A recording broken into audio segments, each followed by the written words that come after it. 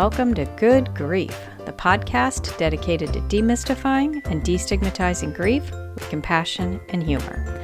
I'm Nikki. I'm an end-of-life doula and a grief coach in Columbus, Ohio. And today we are going to talk about grief archetypes. Before we dive into it, I would like to take just a second, as always, to remind you, you can check me out over at patreon.com/Nikki the Death Doula. If you join me over on Patreon, you can get access to this podcast a week early. You get grief affirmations and all sorts of other great content. As you probably heard on my previous episode or have noticed if you follow me on social media, I'm not really posting much there anymore. And that is intentional. I've got too much on my plate, and that's one of the things that I was never feeling super excited about anyway. So socials are not as active these days, but a lot of the content I was putting on social media, I am putting on my Patreon.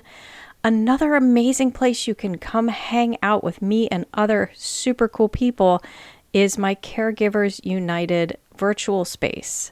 The link for that, I'll put it in the description, and it's also on my website. It's in my link tree if you go to the bio of any of my socials. But I started this virtual space for caregivers because I was hearing so many caregivers say they're feeling very alone and isolated, but they just don't have the time or energy to go to support groups or go out and do things because, they're caregiving. So with this great place, you can download an app, or you can use it on your computer, your iPad, your tablet, whatever. And you can chat with other caregivers. You can post your thoughts. You can read other great things that I'm putting out there. My blog is located in this space as well. So if you pop on over there, check it out, meet some other great caregivers. There's some awesome spaces in there you can access at no cost. And there's other content for a monthly membership fee. So, all right, without further ado, let's talk about grief archetypes.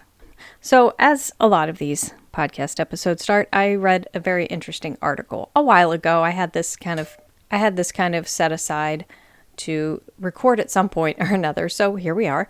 But I'll link the article in the description. Basically, there was a therapist who specialized in grief companioning and grief work who kind of started noticing patterns among her grieving clientele.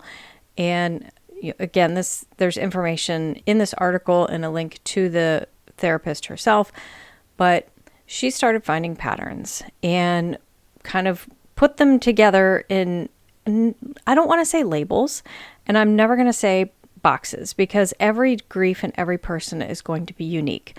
So all of our grieving methods, our griefs, our feelings, and everything, they're all going to be unique. However, there are certain types of things that come out within people that put them into these broad categories. And much like the stages of grief or feelings within grief, you might fit one of these, you might fit two or three of them, you might fit all of them, you might fit a little of each, and some of them concurrently. But basically, so these are the different types of grievers that she identified in her time. And keep in mind, these are her thoughts, her observations, and not to be taken as this is gospel truth and this is how grieving. No, this is just some things that she noticed and she put together. So let's talk about the different archetypes and see if you can find which one you might fall into. So the first one is the pilgrim. And she noted that more than half of her clients kind of fit into this archetype. These are the type of people that are not shy about reaching out and are finding comfort in others. These are the type of people that go for group therapies or individual therapy, go to groups within their church, or find others that are suffering this similar type of loss or facing the similar type of grief that they are, and trying to meld in with other like-minded people. And it's not that they're trying to get through this quicker. It's because they are just finding more comfort in companionship on their journey through grief. So in like one-to-one therapy type sessions, they tend to really lay out bust open their whole heart, just pour themselves open and devote their entire being into their healing process. and they form great bonds with the other people, helpers, either their therapist or, their groups or whatever. They form beautiful bonds with these people, and they develop friendships from there. These people tend to learn and grow past the point of needing the support for that loss that they've suffered. So think about this for yourself. If you are that kind, and this is what is stated in the article, if you tend to feel connection with people, various people in your world around you that other people might not notice, like the example they're using here is if you have that favorite person at the checkouts, you go to the grocery store and you always go to their line, you might be more prone to being a pilgrim. So there you go, pilgrim. The next one is the villager. Villagers want to have a full-on network of people and support around them at all times. They have a toolkit. They have a very specific way they go through things, and also have a tendency to go back to old experiences. Even if it's not actual notes, but old notes from past experiences, past ways they've dealt with things. Just make it their main objective to kind of be prepared. And they have a more logical approach to grieving and life and moving around their spaces. So this is that person that if you are grieving, you walk up and they've already got exactly what you need. They know, they can read your mind because they've been there and they know what to do. They're ready. So they've kind of formed their base and they are set up and ready for anything. So that is the villager. Next up, we have the pioneer. This one, the specific therapist noted in this article says this is the one she sees the least. So pioneers are more action motivated. They tend to use their loss and their grief to propel them forward and to push themselves out of their grief and their depth faster, as quick as possible. And I'm not noting on any of these if they're like good or bad, because none of these are good or bad. These are just nice little categories for styles of grieving. And there's no good or bad to this, but they will use this to propel themselves forward. And these are the people you will see doing big and exciting things like, they suffered this great loss. They're going to go travel the world. They pick up new hobbies. They're starting new things. They're just doing. And this could be seen on the outside as they're distracting. They're not dealing with it.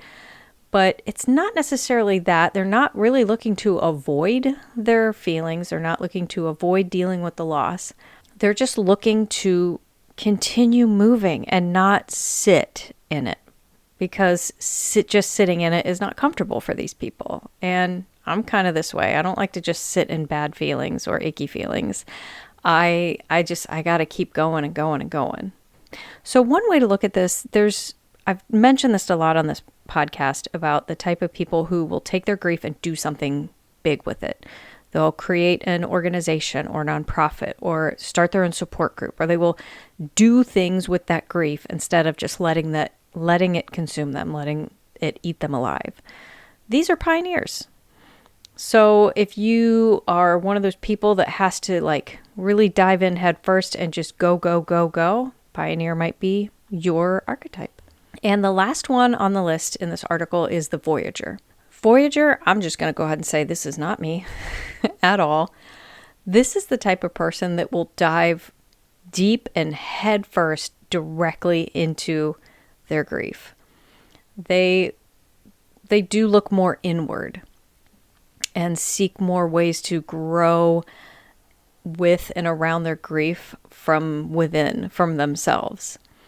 These are the type of people that are totally comfortable just sitting with those heavy feels and letting it just take them wherever it's going to take them. They are just completely unafraid of letting their grief really sink in. And I'm not saying consume them. I'm not saying dwell, but they are so comfortable with going inward and just sitting there and seeing what happens with those feelings. These are the kind of people that are finding those deeper meanings within themselves and within the world around them with their grief.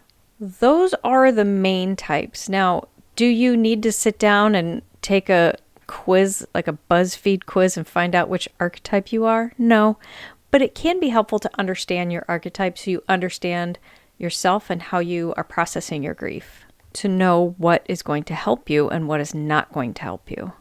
If you think about grief, especially as soon as it hits, like as soon as a loss occurs and grief is new, it's very disorienting. It's confusing, it's scary, and it's isolating. But if you know yourself and you understand how you work with these things, then you have a flashlight in that dark path.